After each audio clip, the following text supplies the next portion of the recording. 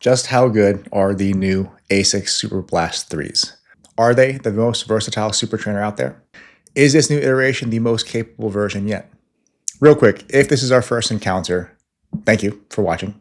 My name is Tyler. I'm a former natural pro bodybuilder and record-holding powerlifter. I have coached fitness online for the past 14 years now. Last year, I ran my first full marathon in 3:43 and 34 seconds, and I am now training with the goal of being the strongest marathoner that you've never heard of. Some unique context, I still train with a very heavy strength focus. I'm hoping to maintain a powerlifting total over 1,500 pounds raw, and I am aiming within the next year or so to crack a 320 marathon. I currently weigh and tend to weigh around 190 to 195 pounds, so I am considerably heavier than most runners, which also then means that I produce and have to deal with a little bit more force than a conventional runner might.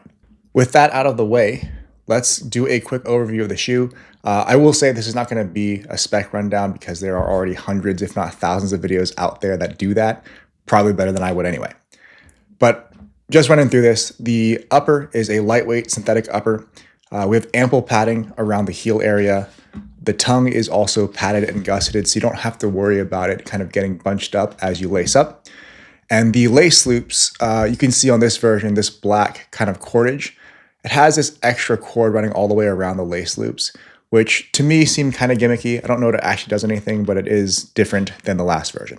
As for the midsole, what we have is a 46 millimeter nominal in the heel, a 38 in the forefoot for a 8 millimeter drop. The foam directly underfoot is FF Leap, which is ASIC's fastest, most responsive foam that they're putting in their race shoes. And then beneath that, this bottom layer is going to be FF Blast Plus, something they use in a lot of their daily trainers.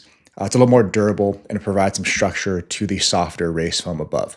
The rocker that you see here is a little later and more moderate than a lot of other shoes you might see coming out nowadays. This results in a feeling that is less like it's rolling you into your toes and more of, I kind of want to say it feels like you're slapping the ground. It's not a terrible thing. If you've ever run in like Alpha Fly 3s, very similar to that feeling of kind of hitting the ground rather than rolling into it. I imagine though that has a lot to do with the way that I strike compared to how others might. I tend to be a distal midfoot striker, so I might be striking somewhere around here. And as a result, this section of the shoe is pretty flat. If you were to strike pretty far toward the heel, this aggressive heel bevel would actually probably assist in rolling you forward. On the outsole, you have these black patches. This is the latest version of ASICS Grip. It's good. About 100 miles in now, it's holding up just fine, as you should expect. As for my evaluation of this shoe, we'll start with the fit. There's plenty of space in the toe box for you to actually splay your toes out. I wear a size 11.5 in most shoes. I wear an 11.5 in these, and it fits just fine. There's not a ton of space upward here, so you can actually feel your toes when you're moving. You can feel them occasionally touch the top of the upper, but this is not so structured that it's actually going to be any problem. I've done my longest long runs in these shoes and had no problems with toenail bruising or anything of the sort. So again, not that there's like a ton of volume upward, but there's enough volume and enough pliability in the upper that it doesn't really seem to matter. The feel on foot is, I would say, secure but comfortable. The amount of padding that you have all the way around the shoe, even as you like really cinch it down, does really feel pretty comfortable. It tends to spread the pressure of that kind of compression very evenly around your foot. I have gotten in the habit of replacing laces on almost all of my shoes with serrated laces just for the added bit of security. On these, I haven't felt the need to. These laces are a little bit stretchy, they're very smooth, but again, just with the way the upper fits, I can kind of just tie these down a little tighter and it conforms to my foot just fine. So far, haven't felt the need to replace these laces. Next, let's talk about the utility of these shoes, or the probable use cases, if you will. For easy and long runs, these feel very plush, very protective even. At the time of publication, according to Run Repeat, which is one of my favorite labs doing testing like this has the highest forefoot shock absorption of any shoe on the market. Even higher than something like the Nike Vomero Premium, which is a much heavier shoe designed specifically for max cushion. And then in the heel, this shoe is still in the top 10% for shock absorption. Now, specific to me, having really high forefoot shock absorption matters a lot because, like I mentioned earlier, I do tend to strike in that front half of my foot almost regardless of pace. As I slow it down, it maybe shifts backward a little bit, but I'm almost never heel striking. So for me, having a lot of shock absorption on the forefoot makes a huge difference. And the thing that makes this interesting is that compared to a lot of other shoes that are, max stack, very cushioned, very plush, you don't seem to lose stability the same way that you might in other shoes. A lot of that has to do with geometry. You can kind of see the shoe is very wide throughout. So through the forefoot, obviously very wide, but even through the heel, fairly wide. I don't know how well this is going to come across on camera, but on the medial, the inner side of your shoe, you have that FF Blast Plus kind of extending upward into the area where your arch is. And this is basically to prevent, upon landing, your foot from overpronating or collapsing your arch inward as you land. So really well thought out as far as geometry. The width all the way through the shoe, as well as that little bit of extra structure on the medial side, means that you get all of that pliability, all of that cushion, all that shock absorption without losing stability. The reason I like these shoes so much is that shock absorption and stability for me, as somebody who's a little bit heavier, are definitely things high up on the list when I'm choosing a daily trainer. Impact load is a very strong predictor of recovery demand from training. And it's not that impact is exclusively bad. If you can recover from it, it will make your bones, your muscles, your connective tissue all stronger. Again, if you can recover from it. At the moment, I'm lifting really heavy about 4 days a week and running 3 to 4 days, maybe cycling once in there as well. So the recovery demand for my training is already extremely high. Given that, I do really want to take every possible advantage I can to ensure the possibility of recovering from the sheer amount of training that I'm doing. Now, although this is most likely to be used for like longer, easier runs, I have tested this with some faster work. I would say this does much better than most max cushion shoes at marathon tempo threshold pace. The fact that this is a lighter shoe for this size helps a ton. For perspective, this is actually, for the same size, lighter than the Adidas Evo SL and lighter than the ASICS SuperBlast. So it's not just light for this size, it's actually a pretty light shoe regardless of what you compare it to. In my training, when I have brought these out for a faster day, I would say up to about threshold, this shoe can hang, but at threshold and definitely faster, I can tell this requires a little bit more effort from me than some of my faster or race shoes might. So it wouldn't be my first pick for that. I think a lot of this comes down to the energy return. It is high for a daily trainer, especially one without a plate, but it's not as high as something like the Mega Blast, and it's certainly not as high as something with a carbon plate. The way I would describe the feel underfoot as you are picking up the speed is it's kind of a more gentle bounce, less of a powerful snap that you might feel from a plated shoe. So again, I do think you could use this for a wide variety of paces. It may not be the best at the fastest paces, but you still could do it if you really wanted to just have one shoe. Moving on to the design. This is a big shoe. It's huge. Part of the reason it looks and feels that way is that it is, like I said, really wide all the way through the sole.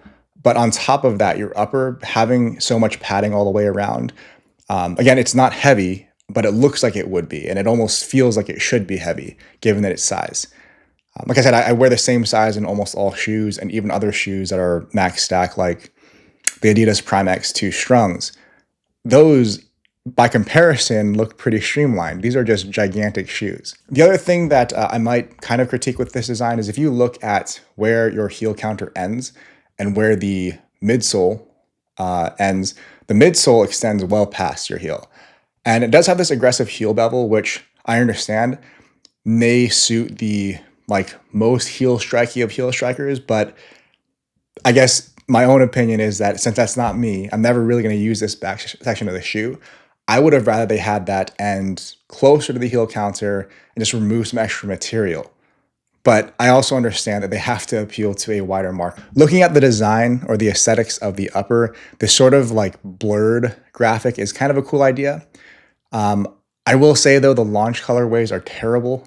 When I first saw I think the official launch color was that blue with all the other mixed colors in there. Hated that. That's the first version that I saw, and I almost thought I wouldn't get this shoe because it was that color. Thank goodness they released the white with black. I think this one is okay. Still a funky looking shoe, but let's be honest, most running shoes are. So this is fine. I do hope in the future they find some other colorways that maybe work better with this design. Durability.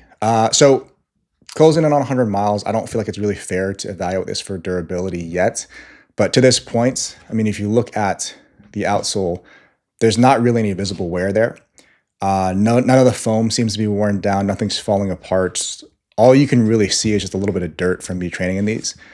And as far as I can tell, the foam feels the same as it did when I first got these. So that's, I guess in a way it's impressive, but it's awfully early to really evaluate for durability on a shoe like this. For a shoe of this price point, and given the history in the SuperBlast range, you should expect these to last, 400 plus miles. It's just that I don't know many people who've run that many miles in theirs yet, so the jury's still out on that. The one marginal concern I might have, and this is just me purely speculating, is that with the FF Leap, being that that is a softer race foam, that might wear out faster than the previous version did.